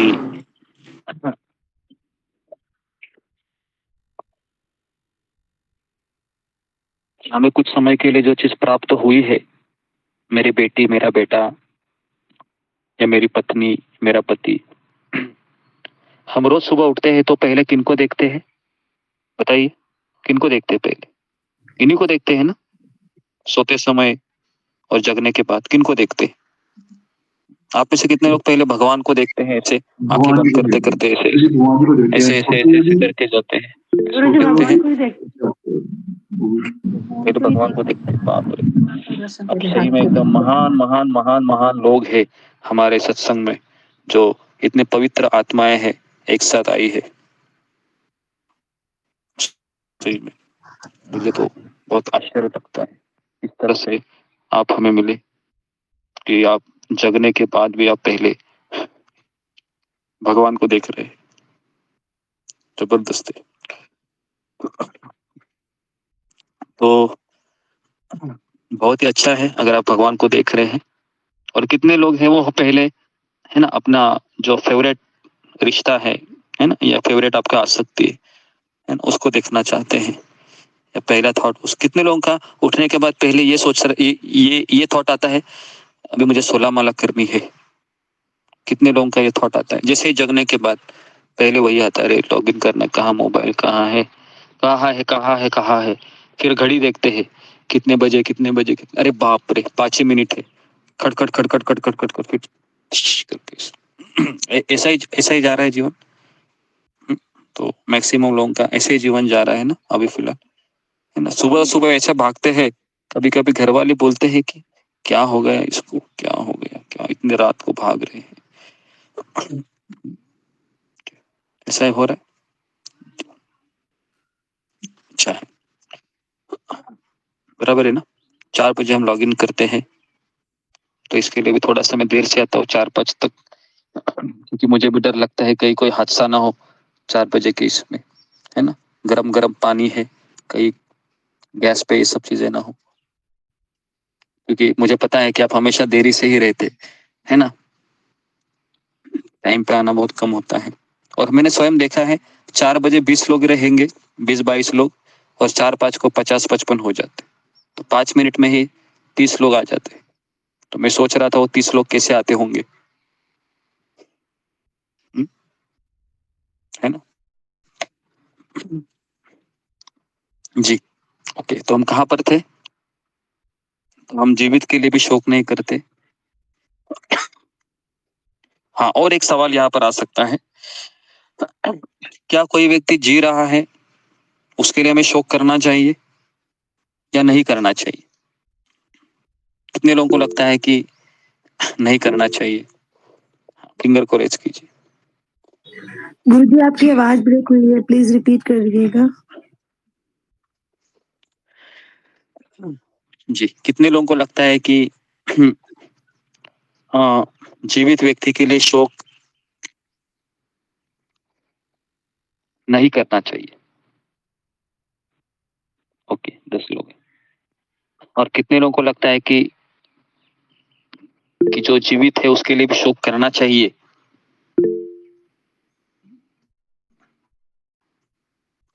ओके जी, क्यों करना चाहिए? रीना सिंह। हरे कृष्णा। गुरुजी साहिब को कृष्ण गुरुजी, अभी आपने बताया पुनः माता जी ने भी वही उत्तर दिया था। जो जीवित लोग हैं उनको उनके लिए इसलिए शोक करना चाहिए कि इन लोगों को मनुष्य तन प्राप्त हुआ है, लेकिन ये इसको मजे मस्ती से उड़ा रहे हैं। जो हमारा ध्येय है इस मनुष्य का, वो उसके पीछे नहीं लगे हैं। उन्होंने भी गुरु की खोज नहीं की है। हरे कृष्णा। गुरुदेव कुछ गलत क्षमा कीजिए। जी जी, तो ये इसका उत्तर है कि जी रहा है उसके लिए भी शोक करना चाहिए। हाँ, और जो जी नहीं है और जो मर गया है उसके लिए भी शोक करना चाहिए। लेकिन शोक कैसे करना चाहिए? आध्यात्मिक तरीके से, आध्यात्मिक तरीके से शोक करना चाहिए, है ना? बराबर है। तो खास करके हम देखते हैं कि जब हमें भक्ति का महत्व पता चलता है तो सबसे पहले हम किसको प्रचार करना चाहते हैं? तो हमारा प्रचार शुरू होता है हमारे घर से, हमारे घर से, परिवार के व्यक्ति। हाँ जी, जैसे हम क्लास सुनते हैं तुरंत मन में विचार आता है, पहला वही व्यक्ति दिखता है ना? जैसे अर्जुन को कैसे वो जयेंद्र को खोज रहा था ना, वो पता है ना आपको? तो वैसे हम हमारे खोजते हैं किसको भगत बनाओ अब, तो पहला व्यक्ति वही दिखता है हमारे घर में। हाँ, इसको भक्त बनाता हूँ। बराबर है। फिर मुझे सवाल पूछना शुरू करते हैं कि परिवार लोगों को कैसे बनाए, कैसे बनाए, कैसे बनाए, कैसे बनाए, है ना? और परिवार वाले बनते हैं क्या? नहीं गुरु। कई कबार अगर देखा था बन गया तो बहुत अच्छा है, किस्मत जग गई बेचारी की, है ना? चमक गई किस्मत एक तरीके से, है ना? सब लोग लगे हुए हैं भगत बनाने के लिए, है ना? बहुत, है ना? अच्छा अच्छा उसमें काजू बादाम पिस्ता डाल के, है ना, घी में उसको डाल डाल के पूरा स्वीट बनाते हैं, भगवान को अर्पण करते हैं, तुलसी डालते हैं, सोचते हैं कि चलो खा ले, अभी खा ले, कल माला उठा ले, अभी उठा ले, तो माला ही नहीं उठा रहा है। 1 दिन हो गया, 2 दिन हो गया, 4 दिन हो गया, तो उसको लगता है कि ये क्या हो रहा है, काम नहीं कर रहा है इसके ऊपर, इतना गंदा है क्या इसका दिमाग, शायद भी नहीं काम कर रहा है, ऐसा लगने लगता है। बराबर, ऐसा करके लगता है। ऐसा नहीं है, क्योंकि भक्ति ये अहेतुकी है। अहेतुकी का अर्थ है कॉजलेस, बिना कारण की। आपको उसका प्रसाद खिलाने का क्या है, कारण है? कारण है कि नहीं? क्योंकि वो आपका बेटा है, आपका पति, आपका, तो इसके लिए वो भक्त बनता ही नहीं है। उल्टा वो ये बोलते हैं ज्यादा स्वीट क्यों खिला रही है जब से भक्ति में आए हैं, है ना? इस तरीके से वो, या फिर हमेशा मुझे ये माला करने के बारे में क्यों बोलते हैं। फिर पति पत्नी में कुछ सेटिंग हो जाता है, पता है, बाद में बोलते हैं कि 7 में से 3 दिन आप, 3 दिन मेरे, 4 दिन आपके, 4 दिन आप जो बोलेंगे मैं करूंगा, लेकिन 3 दिन आपको माला करनी है। लेकिन ये फॉर्मूला भी अप्लाई नहीं होता है, क्योंकि भक्ति ये अंदर से जब इच्छा होती है ना तभी होती है। किसी के कहने से भक्ति हो सकती है? कदापि नहीं, है ना? कदापि नहीं होती है। तो इसलिए हमें भक्ति के स्वभाव को समझना चाहिए। ठीक है। हाँ, तो यहाँ पर मैं रुक जाता हूँ। तो 2 ही श्लोक हो गए। कल हम ये 12वां श्लोक बहुत बड़ा है ना। प्रभुपाद जी ने 1.5 पन्ना तात्पर्य लिखा है, 1.5 नहीं ज्यादा ही लग रहा है। 12वां जो श्लोक है, हाँ, पूरा 1.5 पेज। ओके, किसी का कुछ सवाल है आज के टॉपिक के ऊपर?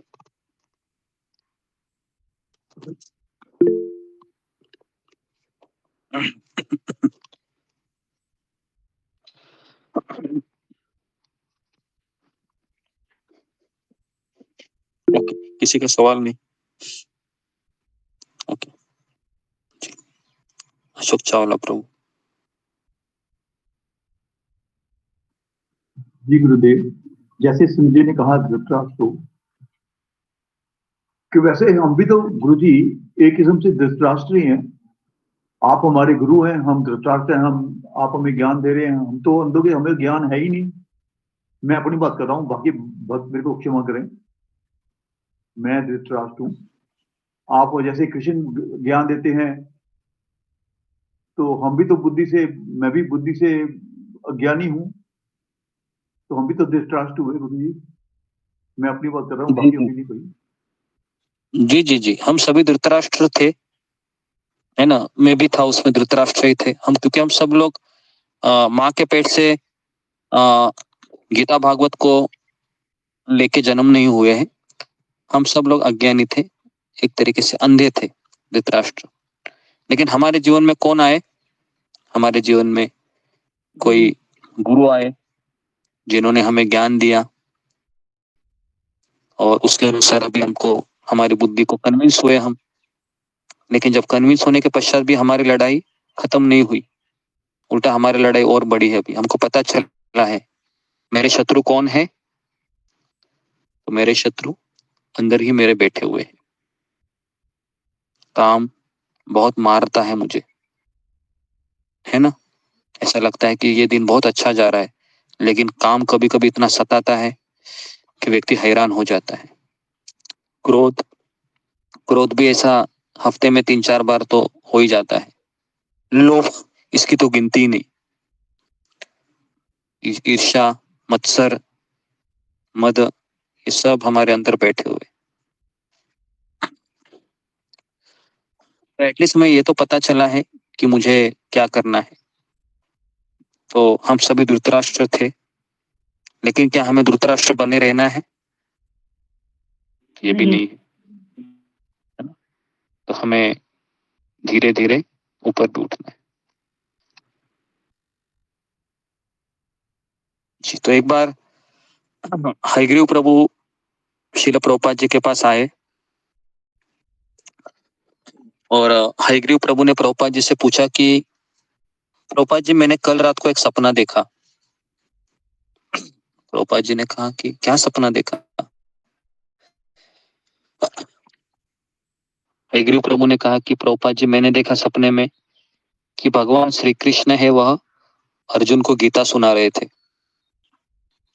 और थोड़ी देर में मैंने देखा कि कृष्ण की जगह आप खड़े हैं और अर्जुन की जगह मैं खड़ा हूं, और आप मुझे वही गीता बता रहे थे। ट्रू स्टोरी है ये। अचानक मुझे याद आई। प्रभुपाद ने कहा कि हाँ, ये सही है, तुमने सही सपना देखा।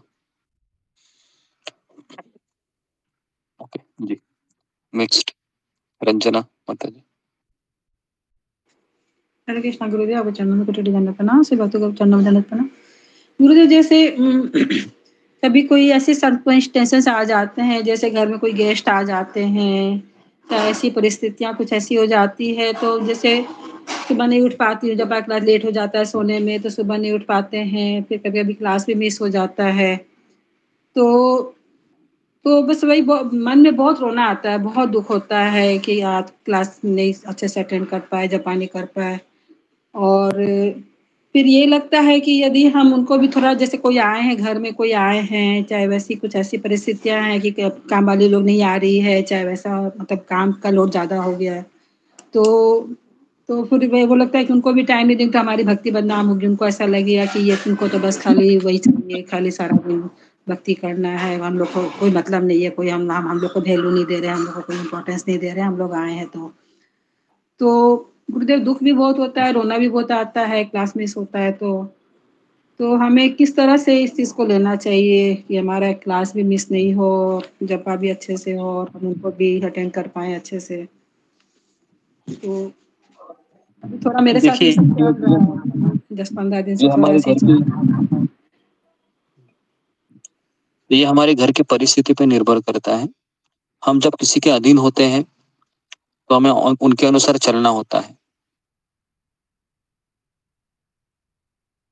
इसलिए इस समय हमें केवल यही सोचना चाहिए कि जब भी उचित समय रहेगा तो मैं माला करूंगी। और ये परिस्थिति भगवान बार बार नहीं लाते हैं, जी, कभी जी ऐसा गुरुदेव। हफ्ते में महीने में एक आध हाँ, जी, जी, जी गुरुदेव, हाँ। वो बात तो सही है। ताकि हमको ये पता चले कि सत्संग की वैल्यू कितनी बड़ी है मेरे लिए। ये तभी पता चल जाता है जब हम सत्संग से दूर जाते हैं 1 दिन 2 दिन। जी तो ये गुरुदेव। इसलिए हो सकता है। Okay, next Mohit Kumar. हरे कृष्ण गुरु जी दंड प्रणाम से भक्त हरे कृष्ण दंड प्रणाम। गुरु जी मेरा प्रश्न रंजना माता जी की तरह ही है। जी गुरु जी मेरा भी एग्जाम था तो मैं ट्रेवलिंग और एग्जाम में बिजी था तो माला सत्संग सब गड़बड़ हो गया और गांव जाता हूँ तो मुझे आपने आज्ञा दिया है कि 4 बजे से जप करना है ताकि नेगेटिविटी चली जाए। लेकिन मुझे घर जाता हूँ तो मुझे 4 बजे भी उठने नहीं दिया जाता है तो 4 बजे से जब कैसे करूंगा। और घर में रहता हूँ तो हेल्थ इशू भी रहता है इसलिए भी उठ नहीं पाता हूँ तो मैं से कैसे लूँ गुरु जी। कैसे लोग मतलब ये इतना आसान नहीं है। अगर भक्तों के सम्मति में नहीं है, हम सत्संग नहीं अटेंड कर रहे हैं और हम कहीं दूसरी जगह पर है तो असंभव है 4 बजे उठ के माला करना। ठीक है, तो 4 बजे हम अकेले नहीं कर सकते, बिना सत्संग के तो असंभव है। हाँ, अगर हम ट्राई करेंगे तो 1 दिन 2 दिन कर सकते हैं, लेकिन ज्यादा समय के लिए नहीं कर सकते, है ना। गुरु तो जी इसलिए मेरा हमें मतलब है सत्संग से जुड़ने का प्रयास। ओके, सत्संग से जुड़ो। और अभी तुम स्टूडेंट हो, कैसे तो हाथ पैर हिलाओ और कैसे तो करो भक्ति, बाद में माला करो फिर। लेकिन जब मैं बड़ा हो जाऊंगा, जॉब करूंगा, है ना, तब मैं अच्छे से भक्ति करूंगा, ऐसा सोचो। ठीक है, अभी गुरु जी 5 बजे से ही जप करना चाहिए मुझे। हाँ 4 बजे देखो, जप करने के लिए क्या है, अगर उठना है तो उठो और चादर के नीचे भी माला रखो, बेड के नीचे, और शुरू हो जाओ मन में हरे कृष्णा कृष्ण कृष्ण हरे हरे, हरे राम राम राम हरे हरे, इस तरीके से, है ना। मैंने एक बार स्टोरी भी बताई थी ना, एक कॉलेज की लड़की की, जिसके माता पिता ने उसको मना किया था कि तो कोई इस्कॉन मंदिर में नहीं जाना है, माला नहीं करनी है, इस तरीके से।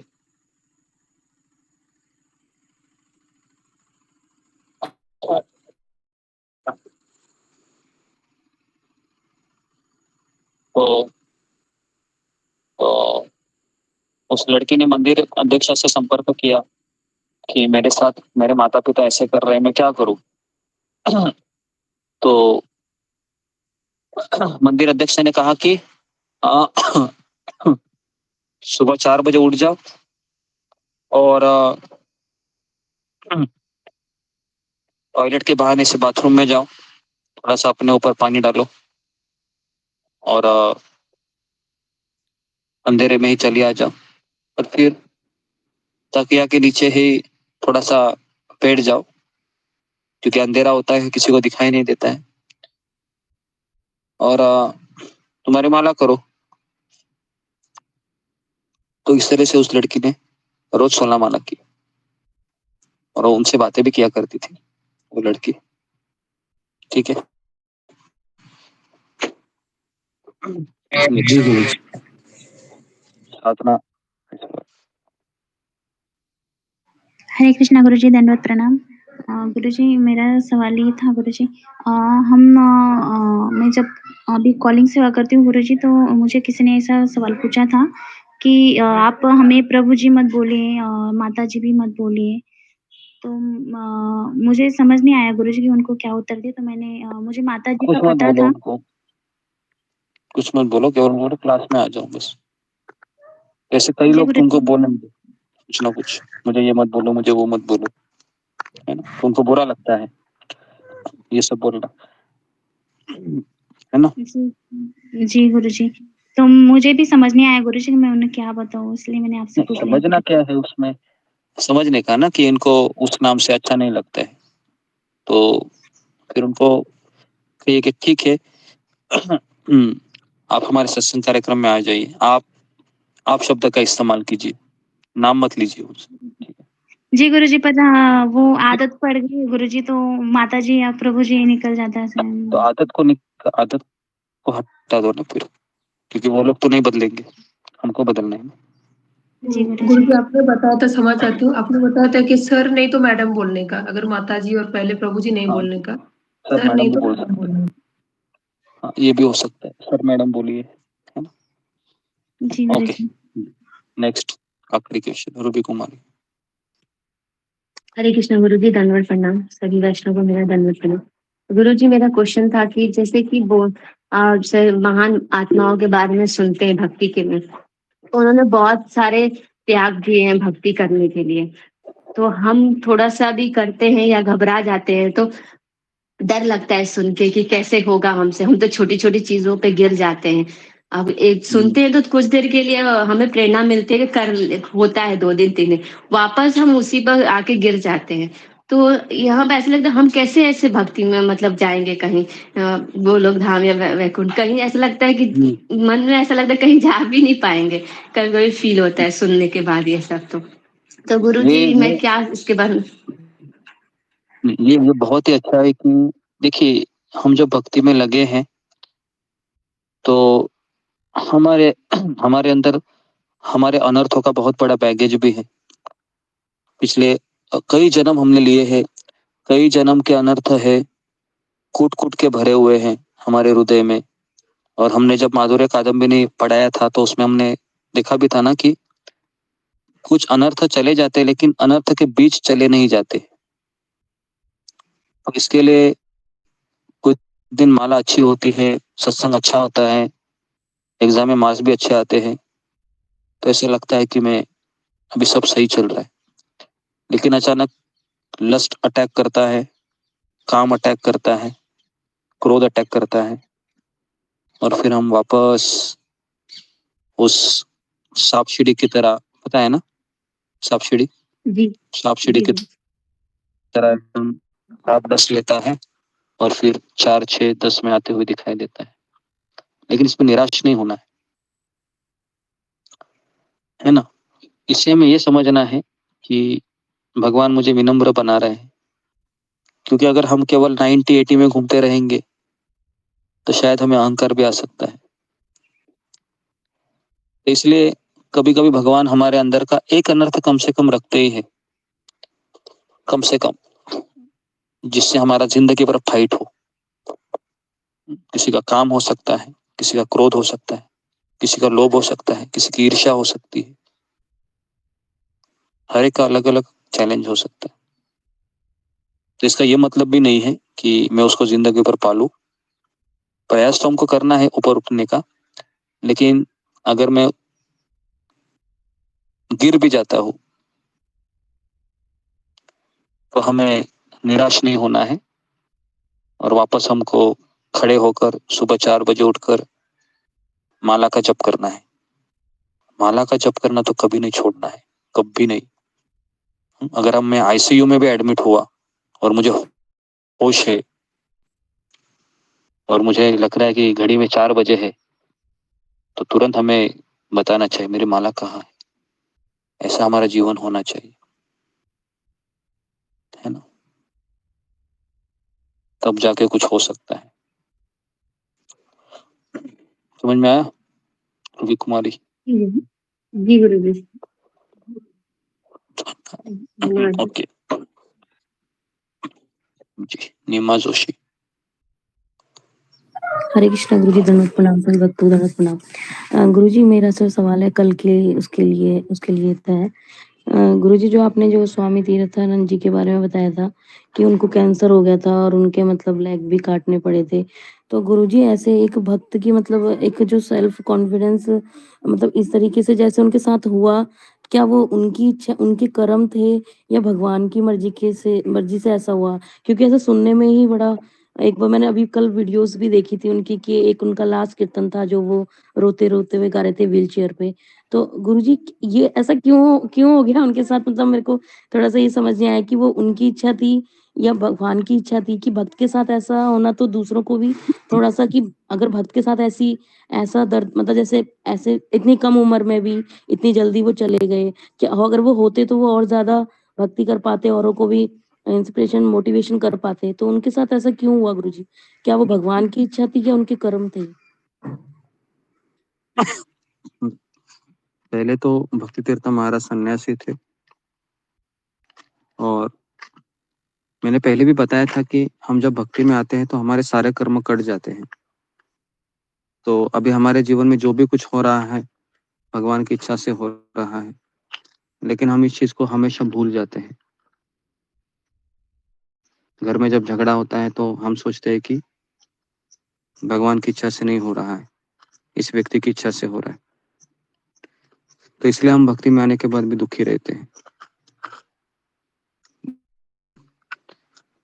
कि ऐसे बहुत सारे इस्कॉन में भक्तों के साथ हुआ है कि उनको कैंसर होती है। ये भगवान की बहुत बड़ी कृपा होती है, क्योंकि जब किसी को पता चलता है कि मैं मरने वाला हूँ तो उसके लिए मरने की तैयारी करने के लिए भगवान उसको कुछ समय देते हैं। ये भगवान की कृपा ही होती है, क्योंकि अगर सडनली अगर हमारा मृत्यु हो जाता है तो क्या हमको तैयारी करने का अवसर मिलता है? तो इसका उत्तर है नहीं। तो इसके लिए और एक चीज याद रखो कि अगर कैंसर नहीं हुआ तो इसका ये अर्थ नहीं कि मैं मरूंगा नहीं। मरना तो हम सबको है किसी ना किसी कारण से। और अगर आप मरने वाले व्यक्ति को पूछेंगे, है ना, मरने वाले व्यक्ति को अगर शायद वो वापस आता था अपना इंटरव्यू देने के लिए कि कैसा लगा तुमको मरते समय, तो उसका इंटरव्यू सुनकर हम हिल जाते थे और हम कभी टीवी भी नहीं देखेंगे, मोबाइल भी नहीं देखेंगे, लेकिन वो नहीं बता सकता। तो इसके लिए मरते समय 40,000 बिच्छू काटते हैं, इतना दर्द होता है। पता है, एक दांत का दर्द ही मुझे 2 बिच्छू के जैसा लगता है। 4-5 दिन से मैं उसको फील कर रहा हूँ। तो मैं सोच रहा था कि 40,000 बिच्छू काटेंगे कैसा होगा। तो ये भगवान की कृपा होती है ताकि भगवान हमको उस पीड़ा को सहन करने की शक्ति देने के लिए तैयार करते हैं। और ये मत समझो कि वो दुखी है, क्योंकि तुमने जब उस वीडियो को देखा था तो दुखी दिख रहे थे तुमको, वो दुखी नहीं थे। वो भगवान के प्रेम में वो डूबे हुए थे, उनके आंखों से आंसू आ रहे थे। इसलिए नहीं आ रहे थे कि भगवान ने मेरे साथ ये क्या किया, वो इसलिए आंसू आ रहे थे ताकि मैं भगवान के पास बहुत जल्दी से जल्दी जा रहा हूँ। खत्म हो गया मेरा ये जिंदगी जो इतना कष्टदायक है, इसलिए वो बहुत खुश थे। तो इसलिए हमको इससे डरना नहीं चाहिए, हमें तो उल्टा भगवान का कितना आशीर्वाद है ये समझना चाहिए। ठीक है, ओके। तो यहाँ पर मैं रुकता हूँ। आप सबका बहुत बहुत धन्यवाद। हरे कृष्णा हरे कृष्णा कृष्ण कृष्ण हरे कृष्ण गुरु जी दंडवत प्रणाम। कृष्ण गुरु जी दंडवत प्रणाम।